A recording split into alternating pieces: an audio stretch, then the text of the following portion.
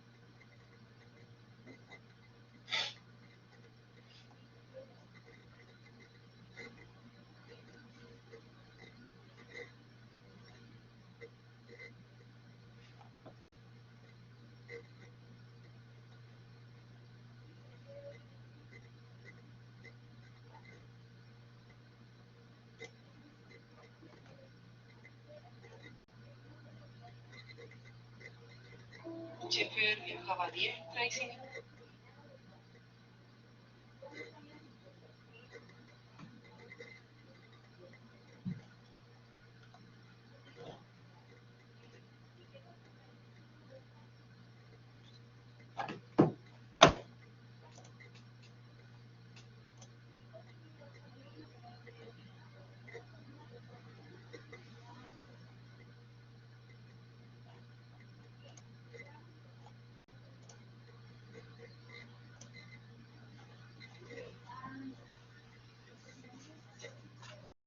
Entonces vamos a iniciar con retinopatía diabética. Actualmente en el Perú aproximadamente entre el 5 al 8% de la población padece de diabetes mellitus, la mayoría del tipo 2 o del adulto en un 97%. De ellos, una tercera parte presenta algún grado de retinopatía diabética con predominancia de la variedad no proliferativa, esto es en el 80%, generalmente es bilateral y afecta a ambos sexos por igual, con una tendencia a incrementarse en los próximos años, sobre todo en la población urbana. El 28.5% de los pacientes diabéticos presenta retinopatía diabética y edema macular diabético más o menos el 13%, siendo esta la causa principal de la pérdida de agudeza visual, y las retinopatías diabéticas en su progresión, la severa, es una causa de pérdida de visión y de globo ocular. Entonces, las manifestaciones oculares en la diabetes son la retinopatía diabética, catarata, glaucoma, parálisis de nervios craneales y los errores de refracción y acomodación. Una vez que el paciente presente este cuadro, va a haber una respuesta metabólica en la cual se van a dar unos eventos como son el daño microvascular, que va a llevar a la isquemia. La respuesta metabólica también va a llevar a un incremento del factor de crecimiento endotelial, con sus siglas en inglés VEGF, VEGF, que a su vez en el daño microvascular, al producir la isquemia, también va a incrementar los niveles de este VEGF, que va a aumentar la permeabilidad con la fuga del componente intravascular, produciendo un edema macular, y el incremento del VEGF también va a producir la neovascularización. Los factores de riesgo de la enfermedad van a ser la duración de la enfermedad, control metabólico inadecuado, antecedentes familiares de retinopatía diabética o disminución de agudeza visual. El 75% de reducción del riesgo de desarrollar retinopatía diabética va a estar relacionado a un control estricto de la glicemia, ¿no? Y esto a su vez también va a reducir las complicaciones. En cuanto a los factores de riesgo agregado oftalmológico, está la progresión rápida de la retinopatía, mala evolución del ojo contralateral, cirugía inminente de catarata o glaucoma, o el incumplimiento de los controles, en los que no vamos a tener posibilidades de reaccionar a tiempo ante las complicaciones que se van a presentar. En cuanto a los síntomas asociados, tenemos la visión borrosa o distorsionada, producida por glicemia o catarata, dificultad en la visión nocturna, dificultad en la lectura, meodesopsis, escotomas y pérdida visual severa. En cuanto a la clasificación, la retinopatía diabética puede ser no proliferativa y proliferativa. La no proliferativa puede ser mínima, leve, moderada, severa, muy severa, y esta va a estar, se va a expresar en las manifestaciones como son los microaneurismas, ¿no? Que se agrupan con las hemorragias, un fuerte factor de progresión. Vamos a ver estas lesiones, ¿no? Que se encuentran relacionadas a las áreas de bloqueo pupilar y a los vasos, ¿no? Y frecuentemente al lado de perimacular, considerando macular la mancha, la zona del medio del polo posterior de la retina. Luego tenemos las hemorragias retinales que se van a agrupar con los microaneurismas, son puntos rojos en el fondo de ojo, como vemos acá, con un aspecto en flama si es que se encuentran comprometidas las fibras nerviosas, altura de las fibras nerviosas, o intrarretinales cuando son en mancho o en puntiformes, cuando está en la capa nuclear interna. Luego tenemos los exudados duros, que son acúmulos de lipoproteínas, que son estas manchas blanco-amarillentas, ¿no? Que realmente son exudados, ¿no? Y suelen agruparse en círculo alrededor del punto de exudación y se van a asociar a los lípidos plasmáticos. Muchas veces están alrededor del área macular, produciendo un edema de la misma. Luego tenemos los exudados blandos, que vienen a ser estos de acá, que son diferentes a estos, por ejemplo, que son exudados duros. Estos realmente son infartos de la capa de la fibra nerviosa causada por oclusión de la microvasculatura capilar. No son exudados, son isquemias, ¿no? Y con límites pocos netos. Luego tenemos la anomalía vascular intrarretinal, que son comunicaciones arteriovenosas patológicas, se encuentran en las áreas de bloqueo papilar y es difícil a veces de diferenciar de una neovascularización. Por ejemplo, acá tenemos una vena, una arteria, y esta comunicación arteriovenosa es la que se denomina IRMAS o anomalía vascular intrarretinal. Luego tenemos el rosariamiento venoso, que miren este vaso, no es un vaso de paredes regulares, es como si fuera un rosario o una salchicha, ¿no? Son irregularidades en el calibre venoso en la que se van a alternar dilataciones y estenosis, ¿no? Que puede ser leve o puede ser mayor, ¿no? De acuerdo a la intensidad de esta distorsión. Luego tenemos la retinopatía diabética proliferativa, ¿no? Dentro de los elementos que vamos a encontrar es la neovascularización, que es el factor de riesgo de pérdida visual severa. Los neovasos pueden ser perretinales y pueden extenderse al vitro cortical, como vemos acá, o neovasos en el nervio óptico, en el disco, ¿no? Que se asocia a tejido fibroso. Luego tenemos la hemorragia perretinal o intravítrea. En la perretinal vemos un límite y una imagen como de canoa, que se le denomina así. Esta hemorragia se va a ubicar entre la retina y la hialoides posterior, ¿no? Sin embargo, es diferente a esta hemorragia vítrea, donde el componente hemorrágico está en la cavidad y se mezcla con el vítreo, dando una visión borrosa. En el primer caso, si compromete la mácula, una disminución severa de la agudeza visual. Luego, otro componente de las retinopatías diabéticas proliferativas severas o con característica de alto riesgo es la presencia de esta fibrosis, esta proliferación fibroglial, que la misma debe ser tratada oportunamente. En este caso ya requiere un procedimiento quirúrgico, pero sí, como en la imagen de abajo, podemos tratarla con panfotocoagulación y esta proliferación puede volverse blanquecina e inerte, estabilizar el ojo y el paciente con una mácula buena va a tener una buena agudeza visual también. También puede haber proliferación a nivel del nervio óptico o fuera del mismo, produciendo tracción, incluso desprendimiento de retina traccional. Luego tenemos la retinopatía diabética avanzada, ¿no? Donde vamos a encontrar proliferación fibrovascular, desprendimiento de retina, hemorragia vítrea que ocupa el fondo de ojo.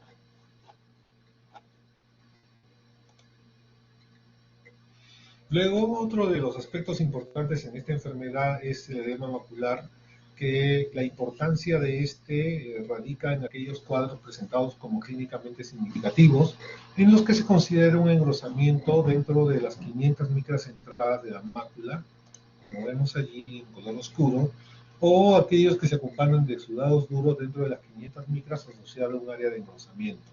Asimismo, tenemos en esta imagen claramente cómo es la perfusión y en las fases tardías la eliminación del líquido que va a constituir el edema dentro de las capas intrarretinales. Asimismo, cómo es que nosotros vamos a manejar a nuestros pacientes, ¿no? En cuanto a los controles, lo que no se observa retinopatía diabética siendo diabéticos, lo vamos a ver cada 12 meses, en la forma no proliferativa, en la forma leve de 6 a 12 meses, en la moderada cada 6 meses, en la severa de 3 a 4 y en la muy severa de 2 a 3 meses. En cuanto a la retinopatía diabética proliferativa, si bien es cierto que vemos unos meses, pero en la actualidad las proliferativas pasan a cirugía o a láser y a cirugía prontamente. Y los pacientes con edema macular clínicamente significativo, también antes, si no tenía edema macular, son 12 meses, pero cuando hay edema macular, los tratamientos son inmediatos con antiangiogénicos. Esto era lo del estudio del tratamiento temprano de la retinopatía diabética. ¿Cuáles son los tratamientos potenciales para el edema macular diabético? Son la fotocoagulación, corticoides intravitreos, bloqueadores antiangiogénicos y la cirugía de vitrectomía parcial. El objetivo de la fotocoagulación láser va a ser estabilizar la retinopatía, prevenir la pérdida visual severa. Esto, si es que está dañada la visión central, no va a recuperar la agudeza visual.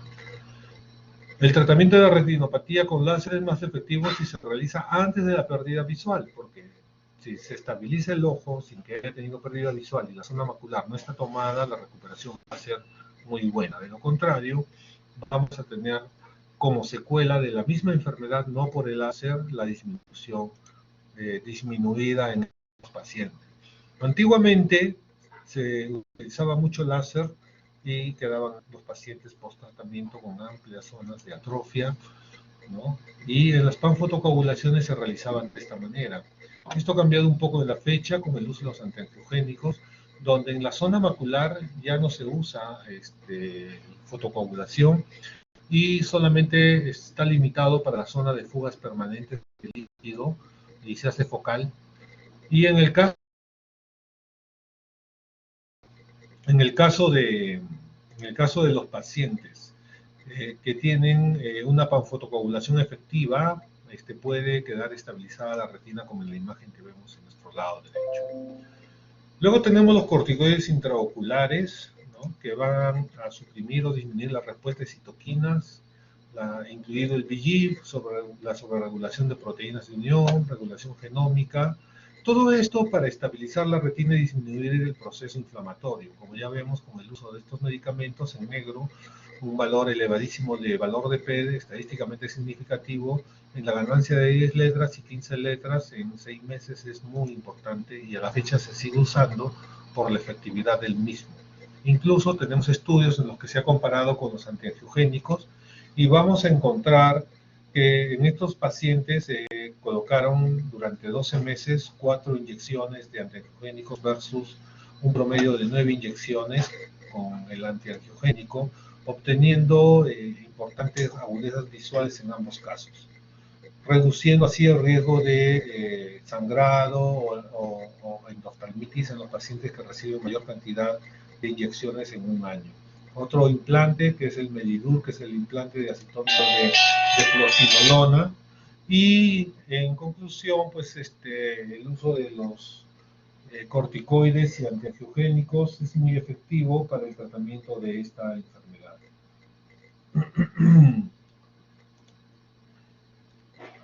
Asimismo, la terapia antiangiogénica es aquella que va a suprimir la respuesta angiogénica ante la isquemia, que a la vez va a llevar a la producción de neovasos y, en este caso, formación de edemas y sangrado. Los productos van a ser ranibizumab, bevacizumab y aflibercept. Ellos van a bloquear los dos primeros, el factor de crecimiento endotelial, y el último, el factor de crecimiento endotelial más el factor de crecimiento placentario, que está involucrado en la proliferación de estos pacientes. Entonces, estudios, por ejemplo, el estudio RESTORE con ranibizumab para el edema macular, nos muestra claramente la diferencia entre los que recibieron láser, que ganaron 0.9 letras, y el grupo que recibió ranibizumab, ya sea con láser o solamente ranibizumab, siendo superior en el grupo de ranibizumab con 6.8 letras de ganancia en 12 meses. Es como que tuviéramos un paciente que solamente está viendo esta cantidad de 3 filas y después del tratamiento llega a ver casi 9 filas de visión. 2 filas más de visión, igual en los tratamientos con otros medicamentos o con la triamcinolona. Todos aquellos donde tenemos el ranibizumab que está en morado, ¿no? Aquí, ranibizumab o ranibizumab más láser, vemos de que en todos estos casos existe una predominancia respecto a aquellos en los cuales solamente se usó láser de fotocoagulación, como está acá en verde.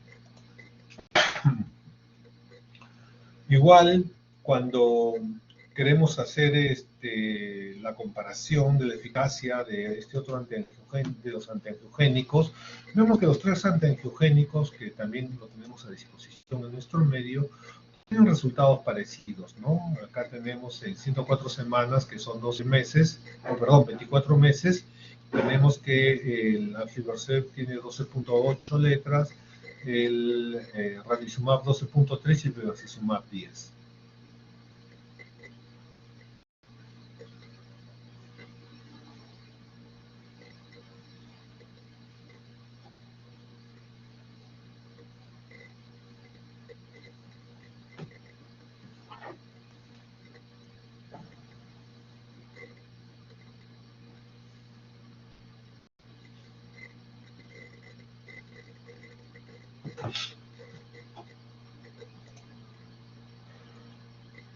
Entonces, la única diferencia que se puede encontrar es en aquellos pacientes que tenían una agudeza basal menor, donde en el aflibercept se nota que hay una diferencia respecto a los otros medicamentos, que también son efectivos. El siguiente punto que vamos a atacar es la retinopatía hipertensiva y vasculares, y vemos pues de que 1/3 de los pacientes de cada adulto sufre de hipertensión, 1/3 de estos desconoce la enfermedad, y 1/3 de los que tienen tratamiento no pueden mantener la agudeza visual, la hipertensión, los valores de hipertensión debajo de 130/90. Entonces, el 14.8% de personas sufre de hipertensión,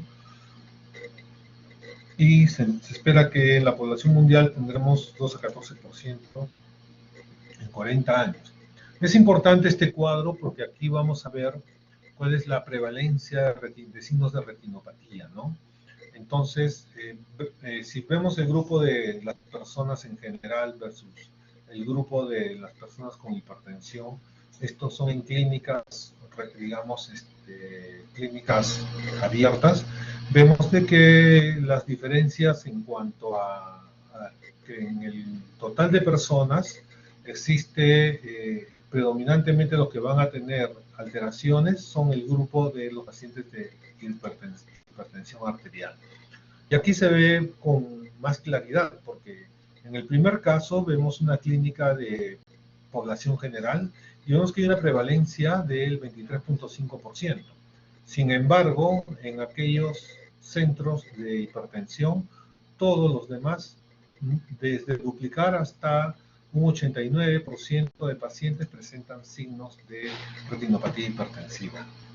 Aparte de la retinopatía hipertensiva en los pacientes hipertensos, vamos a tener la coagulopatía hipertensiva y la neuropatía óptica hipertensiva.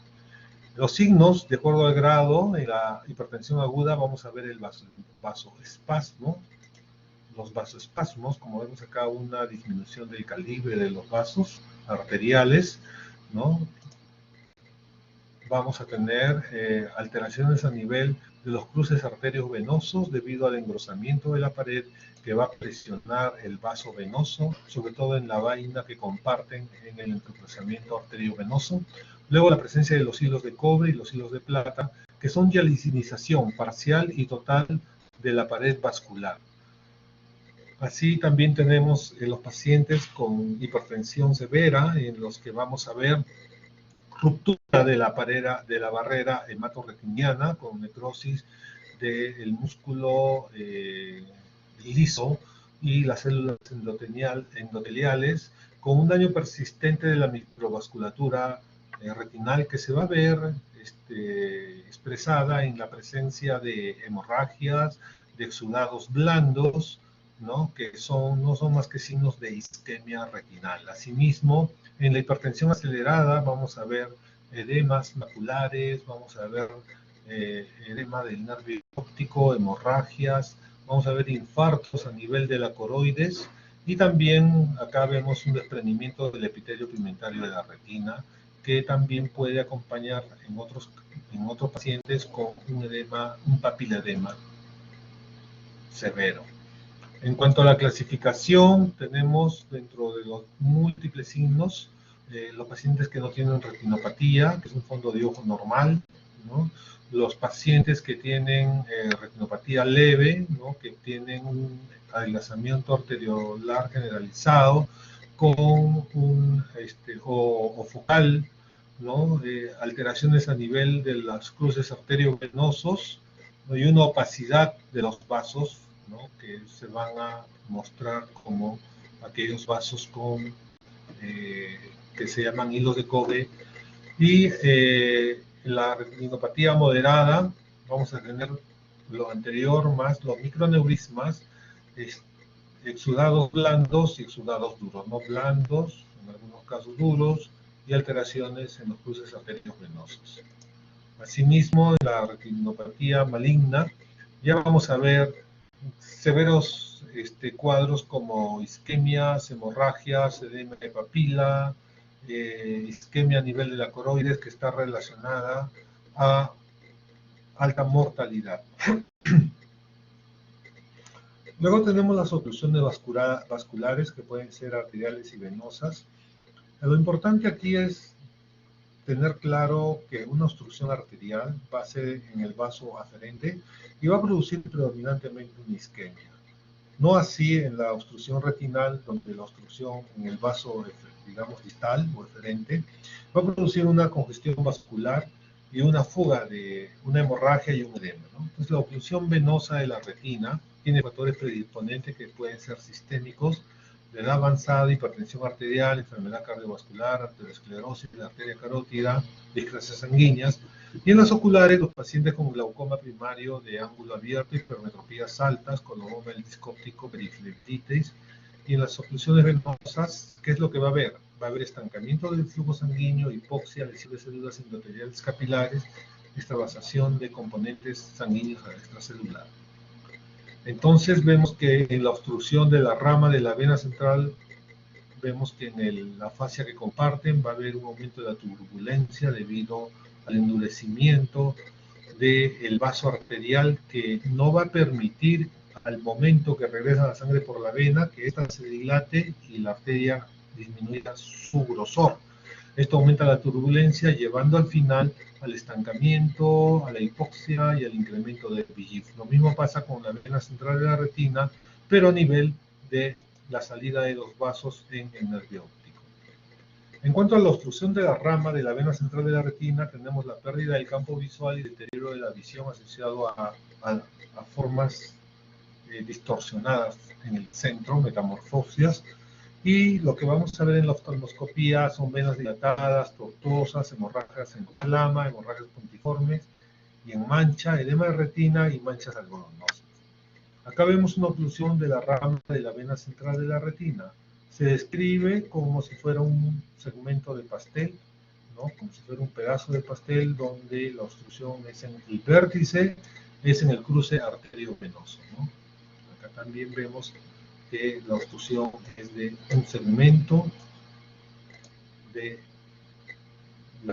la rama de vena. Igual vemos acá, miren la obstrucción, y cómo es que se produce una alteración de todo esto, ¿no? Como signo de isquemia. Miren esto comparado con esta zona de acá.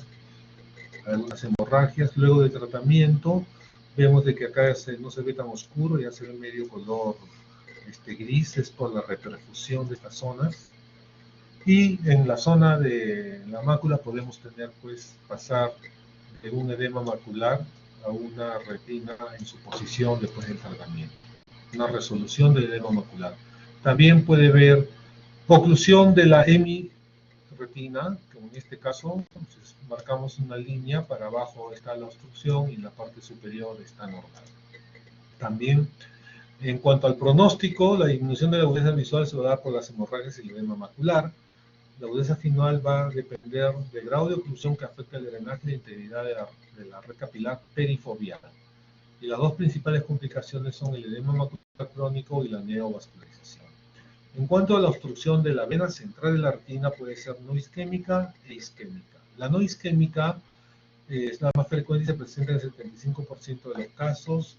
Disminución de la agudeza visual entre leve y moderada, ligera tortuosidad y dilatación de todas las venas, hemorragia en 4 cuadrantes y edema de papilla. Aquí vemos una obstrucción de la vena central de la retina, donde vemos las hemorragias, ¿no?, que se ven como lineales. Estas hemorragias como lineales se debe a que están distribuidas a nivel de las capas de las fibras nerviosas retinales, y las que están en mancha o putiforme a nivel de la capa nuclear interna. También acá vemos otros casos donde hay una obstrucción de la vena central de la retina no isquémica, que va a diferenciarse de la isquémica en que en esta va a presentarse unas zonas de infarto de la retina mayor, con una pupila no muy reactiva, tortuosidad, congestión, donde lo que va a predominar son los exudados algodonosos, o lo que se conoce las zonas de infarto de las fibras nerviosas. El pronóstico es malo, casi el 50% a los 3 meses hace glaucoma neovascular. Y por lo tanto acá lo que va a jugar un papel importante es el tratamiento antiangiogénico y la laserterapia. Acá vemos un paciente con un edema macular, con una isquemia muy severa, ¿no? Es por esto una obstrucción de la vena central de la retina isquémica. Acá vemos una lesión combinada de una obstrucción de la rama de la vena, miren el sangrado, y obstrucción de la arteria ciliorretiniana, esta palidez, ¿no?, propia de las obstrucciones arteriales, como vamos a ver. Así, paso siguiente, que la causa general de estas obstrucciones pueden ser los ateromas y también los émbolos cálcicos. Hay una pérdida aguda y profunda de la agudeza visual con una pupila no reactiva. La retina va a estar en un aspecto blanquecino, ¿no?, y una notable estenosis de arteriolas retinianas. Esto va a llevar a un defecto severo del campo visual muy grave, y se va a observar la retina isquémica. Puede darse una reperfusión, pero las lesiones van a ser permanentes, ¿no? Las secuelas de esta enfermedad van a ser permanentes. En este caso, nosotros vemos que acá hay dos zonas pigmentadas diferentes. La que estoy marcando con este color azul es por la presencia de esta rama que se llama cilio retinal, que hace de que se perfunde esta zona, ¿no? Es una rama que puede estar presente en algunos pacientes, y al perfundir esta zona, este paciente va a tener visión central, pero no va a poder ver, va a tener una gran pérdida de visión de toda esta periferia. Solamente va a haber una parte, la parte central, ¿no? Y el resto va a estar isquémico y va a estar ciego. No, perdón, no va a haber función visual de esta zona. Hay una disminución de la sensibilidad, pero el paciente va a poder ver por esta zona que todavía está perfundida. En el caso de esto que le voy a poner el número 2, esta otra imagen, vemos que es una obstrucción de la arteria central de la retina, de toda la arteria central de la retina. Y lo que más nos llama la atención a nosotros en esta imagen es esta zona de acá, ¿no? Es una manchita bien rojita que se llama mancha roja cereza, que no es otra cosa que el contraste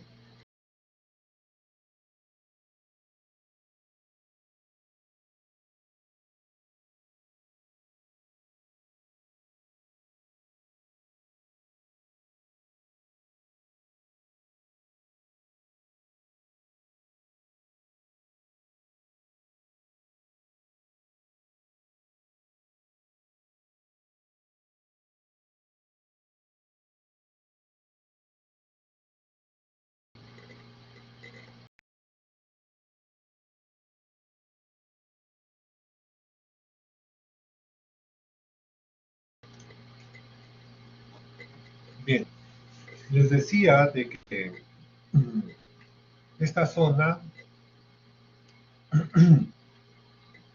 es el contraste entre el pigmento de la zona macular con toda la demás zona que está isquémica. También podemos tener oclusión de la rama inferior de la arteria central de la retina, como en estos dos casos, que si no afecta a la mácula, el paciente va a tener agudeza visual, pero el problema va a estar en la isquemia y el campo visual, ¿no? Igual también vamos a usar como tratamiento la fotocoagulación, corticoides intravítreos y bloqueadores intravítreos del factor de crecimiento endotelial. Este estudio para la obstrucción de la rama de la vena central de la retina nos muestra claramente la diferencia entre los pacientes que fueron observados y no recibieron tratamiento y los que recibieron tratamiento. Vemos de que ganaron más a 15 letras, el 61 y el 55% de los que recibieron tratamiento. Sin embargo, el grupo que no recibió tratamiento se quedó solamente en una ganancia de una cantidad mucho menor de letras, igual a los 12 meses. Y luego tenemos el estudio para la obstrucción de la vena central de la retina, el CRIS. Este estudio también nos va a mostrar una diferencia muy significativa de ganancia entre los pacientes que recibieron y no recibieron tratamiento, ¿no? De igual manera, después de en la recuperación, en el sexto mes, los pacientes llegan a ganar algo de visión, pero no como el grupo que recibió tratamiento desde el primer momento.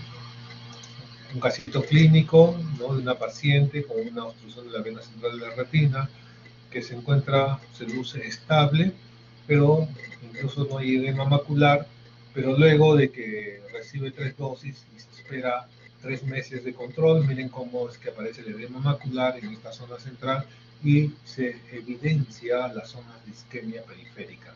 Al paciente lo fotocoagulamos, le hacemos tratamiento combinado con antineutrógenicos y a la larga termina controlando su agudeza visual, su edema, cada vez puede recurrir con menos intensidad, manteniéndose a la fecha en 4 años en buenas condiciones. También podemos usar implantes de Surdex, que es dexametasona en 700 microgramos, que va a ir dando una dosis permanente durante 4 meses, haciendo de que los pacientes tengan una ganancia importante de agudeza visual versus los que no reciben. Entonces, acá vemos un paciente que ha recibido unos Surdex, ¿no?, y después de presentar un edema macular de este tipo, presenta una recuperación muy importante de su cuadro. Entonces, los cambios microvasculares, la hipertensión va a ser directamente proporcional a la aparición de la enfermedad base, y la severidad de la retinopatía aumenta el riesgo de desarrollar eventos cerebrovascular y cardiovascular. Y finalmente vamos a hablar sobre el desprendimiento de retina. Este es una separación del epitelio pigmentario de la retina neurosensorial. Esto puede ser reumatógeno y no reumatógeno, que a la vez puede ser seroso o traccional. El reumatógeno es cuando hay un desgarro de por medio. Entonces tenemos acá nosotros, embriológicamente, vamos a ver cómo está la retina y cómo está el epitelio pigmentario de la retina, que en el avance del desarrollo del embrión, feto y finalmente el bebé, vamos a tener el epitelio pigmentario y la retina con sus capas que se encuentran completamente pegadas. Y se van a ver así cuando se despegan, ¿no?, buloso y levantado.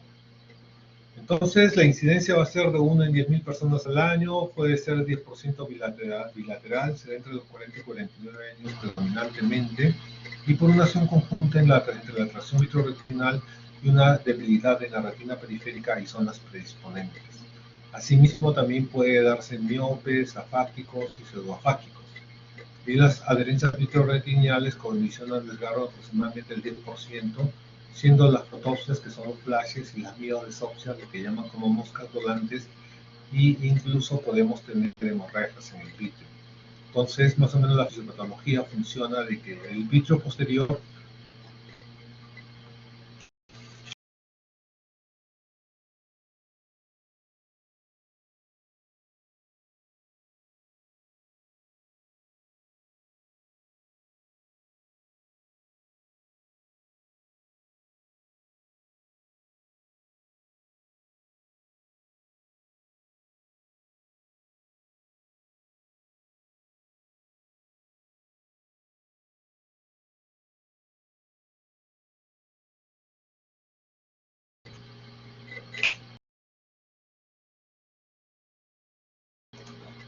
Entonces, como les decía, el vítreo posterior va a separarse normalmente, lo que va a dar los restos que no se licuefactan, lo que se denomina como meodesopsias o flotadores, ¿no?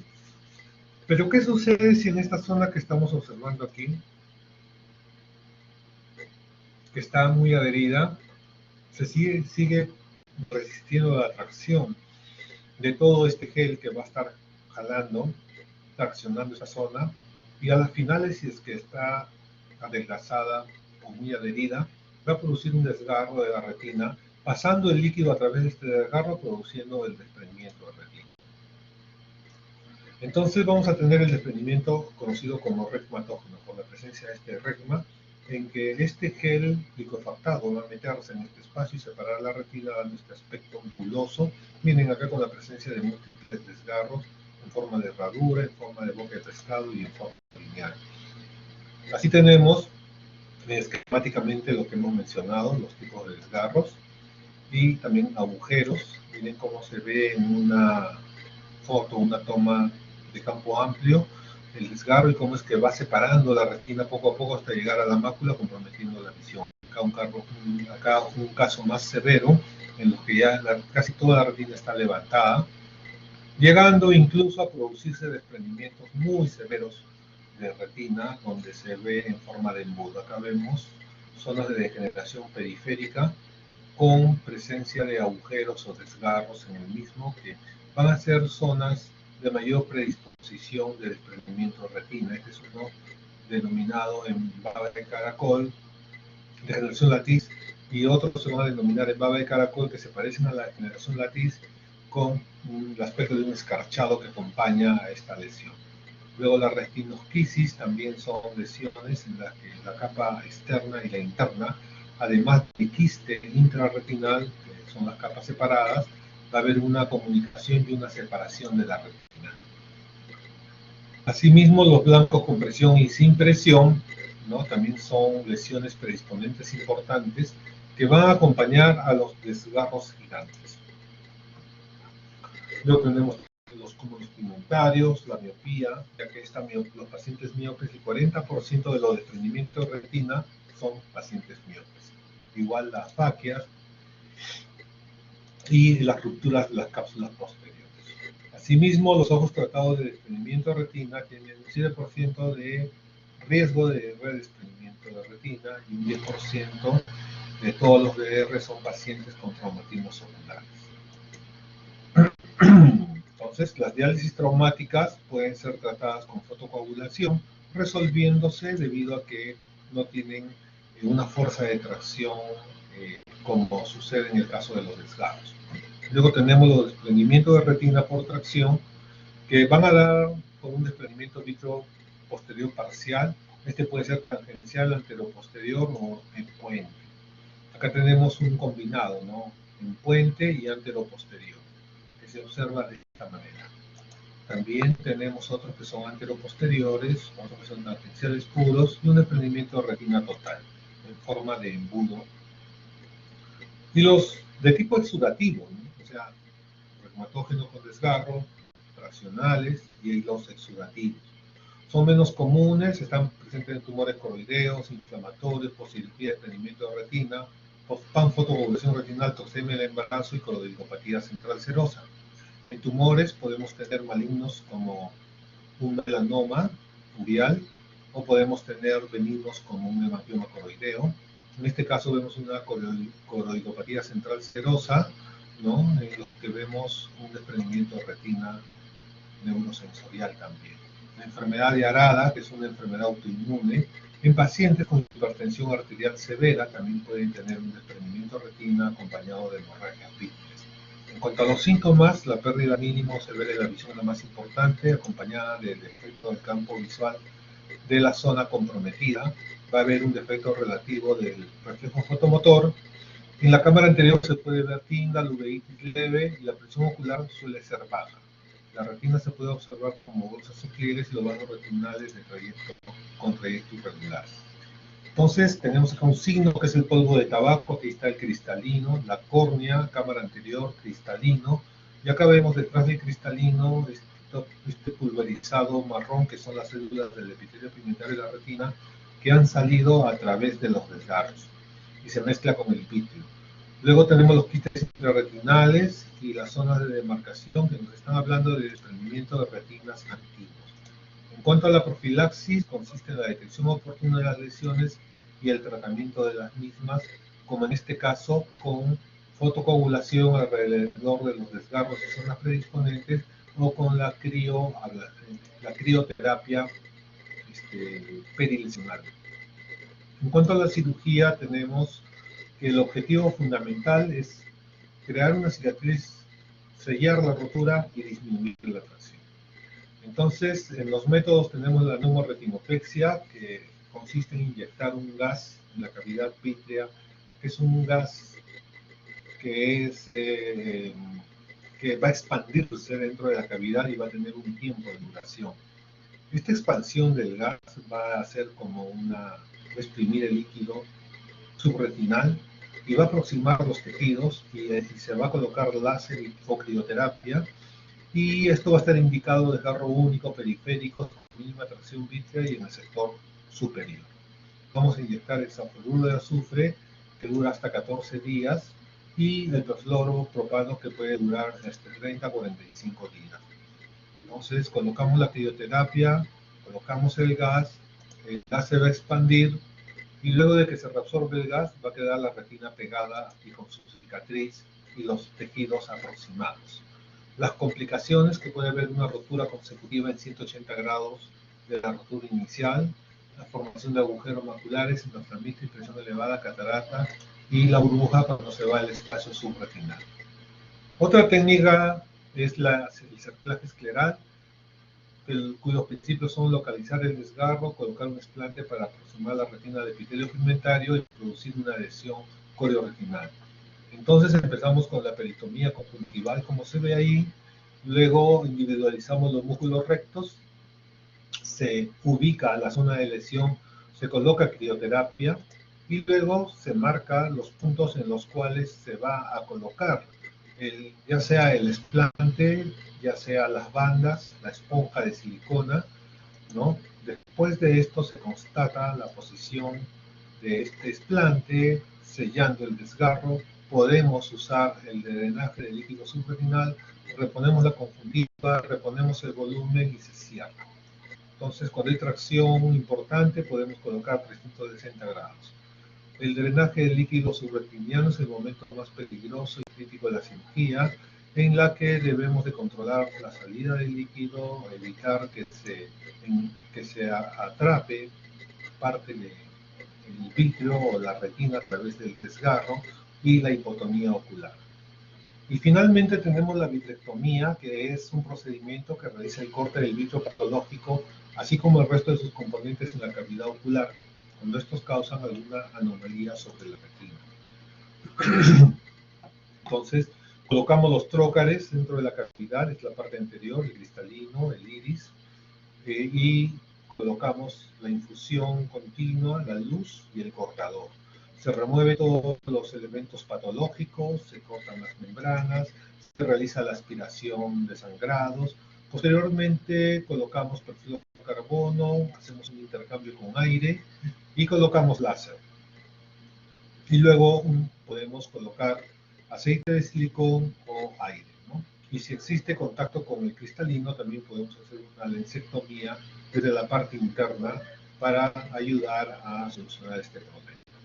Entonces, tenemos de que en esta patología existen muchas opciones terapéuticas que están indicadas de acuerdo al cuadro clínico y con el objetivo de restaurar, primero, el primer gran objetivo es colocar la retina en su lugar, y segundo, esa retina, si tiene potencial visual, el paciente va a recuperar visión. ¿Hasta acá alguna pregunta?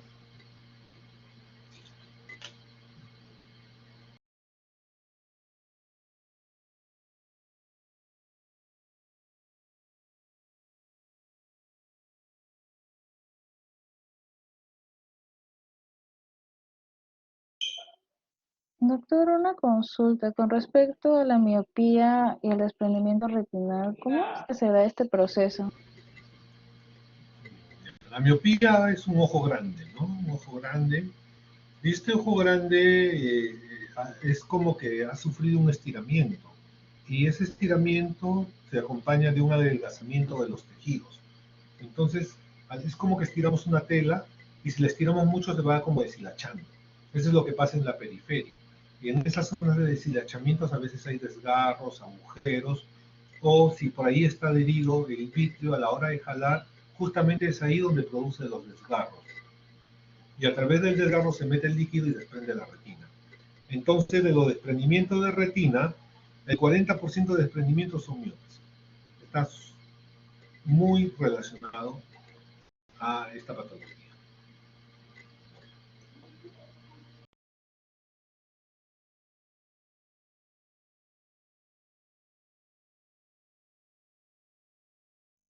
¿Alguna pregunta?